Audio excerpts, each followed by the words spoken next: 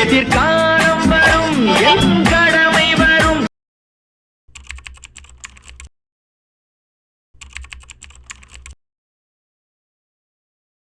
அதிமுக ஆட்சியில் பெறப்பட்டுள்ள முதலீடுகள் குறித்து முதலமைச்சர் எடப்பாடி பழனிசாமி 2 நாட்களில் வெள்ளை அறிக்கை வெளியிட வேண்டும் என திமுக தலைவர் மு.க.ஸ்டாலின் வலியுறுத்தியுள்ளார்.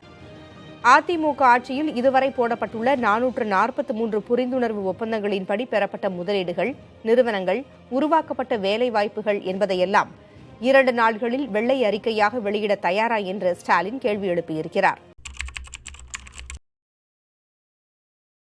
அதிமுக ஆட்சியில் பெறப்பட்ட முதலீடு மற்றும் உருவாக்கப்பட்ட வேலை வாய்ப்புகள் பற்றிய வெள்ளை அறிக்கைகள் எப்போது வெளியாகும் என திமுக தலைவர் ஸ்டாலின் கேள்வி எழுப்பியுள்ளார்.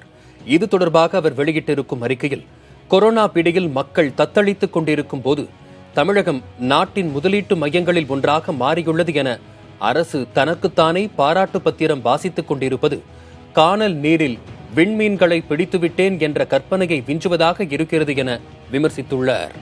இதுவரை அதிமுக ஆட்சியில் பெறப்பட்ட முதலீடுகள் மற்றும் இளைஞர்களுக்கு உருவாக்கப்பட்டுள்ள வேலை வாய்ப்புகள் குறித்து வெள்ளை அறிக்கை வெளியிட வேண்டும் என வலியுறுத்தியுள்ளார்.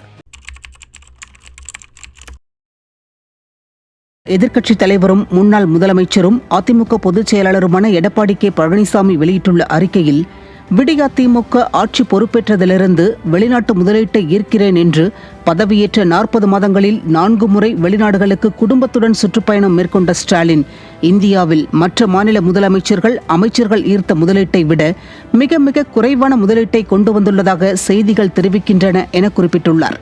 தெலுங்கானா முதலமைச்சர், கர்நாடக அமைச்சர் ஈர்த்துள்ள முதலீடுகள் குறித்து சுட்டிக்காட்டியுள்ள அவர், 17 நாட்கள் அமெரிக்காவில் தங்கி சைக்கிள் ஓட்டி சினிமா பார்த்து ஸ்டாலின் ஈர்த்த முதலீடு வெறும் 7,618 கோடிதான் என விமர்சித்துள்ளார். இந்த முதலமைச்சரின் செயல்பாடு 0 என்பதால்தான் வெள்ளை அறிக்கையை வைக்க மறுக்கிறார் என விமர்சித்துள்ளதுடன், சட்டியில் இருந்தால்தான் அகப்பையில் வரும் என்ற கிராம பழமொழிதான் பொம்மை முதலமைச்சரின் செயல்பாடுகளை பார்க்கும்போது நினைவுக்கு வருவதாக சாடியுள்ளார்.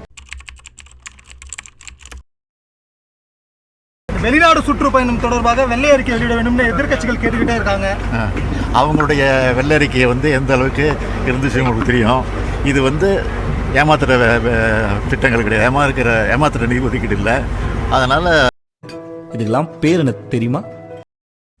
அடுத்தவங்க ஆட்சியில் இருந்தால் அவங்க கிட்ட வெள்ளை அறிக்கை கேட்குறதும், அதுவே நீங்கள் ஆட்சியில் இருந்தால் வெள்ளை அறிக்கை கொடுக்க வேண்டிய அவசியம் இல்லைன்னு சொல்கிறதும், இதுதாண்டா திராவிட மாடல்னு உங்களுக்கு ஜால்ரா போடுற எந்த ஊடகங்களும் உங்களை கேள்வி கேட்காம இருந்தாலும் நான் உங்களை கேள்வி கேட்பேன்.